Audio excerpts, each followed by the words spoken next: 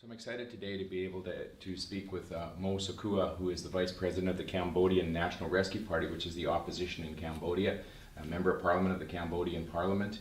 We met in February of 2017 in Thailand, just after she had been expelled from her country. And I'm just wondering if you can give me a little bit of background, the people who are going to be watching the video, of what led to your expulsion from Cambodia. Cambodia is now a one-party state because Mr. Hun Sen, who is the Prime Minister in Cambodia, a former Khmer Rouge, and has been Prime Minister for over 34 years, just imposed the most drastic measures against people like us who ask for nothing but for protection of human rights, which are fundamental to democracy. And Cambodia came out of years of war, conflict, genocide that killed over 2 million Cambodians, including my parents. Therefore, what we are very, very concerned about and calling on the international community, especially Canada, that represents democracy, we ask that the world come back to the situation in Cambodia. There is no freedom of expression, freedom of assembly, freedom of speech. The last election that was conducted on 29 July of this year, the half of the people of Cambodia, representing 3 million voters, who voted for change, who voted to support us, could not exercise that right to make their choice because the opposition, the Cambodian National Rescue Party, was dissolved on the 16th November 2017. Our leader, Mr. Kem Sokha, was arrested in September, so going back, and Mr. Sam Rangsi, another leader, was forced into exile. We lost our seats in parliament, and not only did we lose it, our seat in parliaments were taken from us and given to other parties that didn't win anything. Therefore, it's not just a mockery of democracy, it's the death of democracy. That is the situation in Cambodia. So it seems that a lot of this came out of the fact that your party was very successful in municipal elections. It was a threat to the federal government, and then Hun Sen moved then to eliminate the opposition, and in doing that he's dissolved your party, forced the leadership of your party out of the country or arrested them, and then set up an election in July 29th of 2018. Tell us a little bit about the results of that election. You had suggested, I think, that the voters boycott that election. He was trying to convince people that that was illegal somehow, but could you just tell us a little bit about the election, and then we'll talk a bit more about post-election after that. When I was fortunate and was honored to have the opportunity to appear at the Committee on Human Rights at the House of Commons here in your Parliament, I was very, very concerned, and I brought strong evidence of the total wipeout of the opposition. And it's not just members of opposition and leaders of opposition, but any critics of the government had to face the court, because the court in Cambodia is a tool of the ruling party. Yeah? And so when Mr. Hun Sen knew that he would lose the election, he had a full scenario. First, to cut off the networks that we had with civil society, independent media. Therefore, there was no media, no news that are independent for the people to listen to, so that they can make the right choice, the information that they needed. And then they came after us. So, but we were still hoping that at least we could compete. We did not have a chance to compete at all. Then we called for a boycott, and we called people to keep their fingers clean, which is to not ink their finger not go to vote. That campaign was called by Mr. Hun Sen as a crime against the law. There's no law whatsoever, because he knew that with a low rate of participation, he could not say to the international community that he got the support of the people. More than 500,000 of voters went in but spoiled the ballots, and more people kept their fingers clean. However, because it was a sham election, the National Election Committee is pro-government as well. So the results is that now Mr. Hun Sen, the ruling party, has the total 125 seats in parliament. That alone will tell you that Mr. Hun Sen is taking Cambodia to a one-party state, and we do not want to go back to the genocidal years. Yes. Your concerns are that in the past you've had a one-party state. It has had terrible results and long-lasting consequences in your country, and you fear that the results may end up being similar this time as well. Correct. As of 3 days ago, in a very small village in the south of Cambodia, a group of farmers, women farmers, were discussing how to raise their chickens. Yeah? Organic chickens.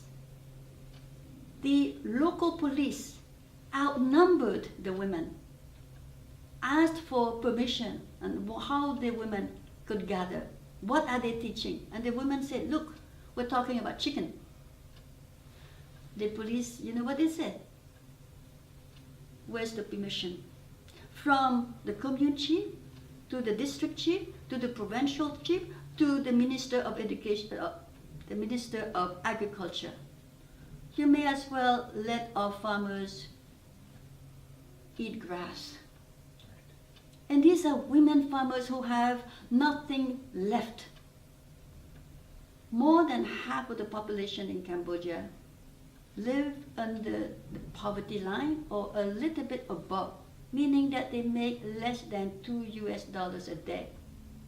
And 80% of our population are farmers. If farmers cannot meet to talk about how to raise a chicken, I think Cambodia is really, really in trouble, and we need the international community, we need the government of Canada, we need you as members of parliament to help us speak with one voice that democracy in Cambodia has to come back on track. And what would it be that you would ask for in order to get democracy back on track in Cambodia? We are very thankful to the government of Canada for making it very clear that you do not consider, Canada does not consider the 29 election, the 29 July election as free and fair.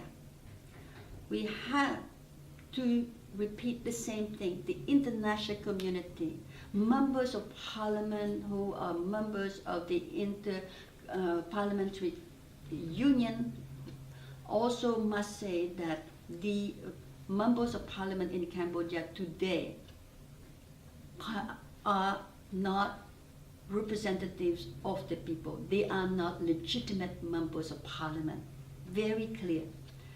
We ask for targeted sanctions against the high-ranking officials, including Mr. Hun Sen, who have committed crimes, are involved in corruption, or have destroyed democracy in Cambodia. They should not be allowed to come to Canada. We ask for freezing of assets of high-ranking officials in Cambodia who have assets in Canada to also be scrutinized. And they cannot use the money they have that they got from corruption in Cambodia and invest in Canada. We ask for re-election. We need to return home, and in order for us to return home, in order to put democracy back on track, we ask for the immediate release of Mr. Kem Sokha, the leader of the opposition in Cambodia, who has been in pre-trial detention for over a year. He has just been released. He has just been removed from solitary confinement in a prison far away to house arrest now. So you would, and you yourself need to be able to return to your own country, right? Many of us who are leaders of the opposition have had to flee the country or go to jail. Going to jail at this moment, it would mean losing our voice. It would mean not having people represent the 3 million Cambodians, especially the youth, the farmers, the workers who want change through democratic means, which is through free and fair elections. So if we were to stay in jail, we would not be able to come to you and say, we have a chance. The people of Cambodia deserve true democracy so Cambodia can move forward to a real sustainable development, real peace. Cambodia is not a poor country, but we must get out of the regime of Mr. Hun Sen, who continues to put Cambodia into a backward country with no rule of law, and the crimes that they commit covered with culture of impunity and culture of corruption. When we met in Thailand, I knew that you were a good spokesperson for your people. You have shown great courage by coming to Canada to speak before the Subcommittee on Human Rights, and I want to thank you for coming back and visiting with us this morning, and we will try to share the message that is so important, that the people of Cambodia deserve to have the democracy that they've worked so hard to achieve, and we certainly need to try to put that back in place so the people of Cambodia actually have a say in the affairs of their own nation. So thank you very much for coming and joining us today, and we thank you for your leadership for your people. I thank Canada on behalf of Cambodian Canadians who have settled here from the refugee camps in the early 80s after the war, the genocide. Canada opened your door so warmly to our people, and the Cambodian Canadians today have participated in the social, economic, and political affairs of Canada. We are thankful, and we have a very strong community of and supporters of Cambodian Canadian diaspora. Right. Thank you. Thank you.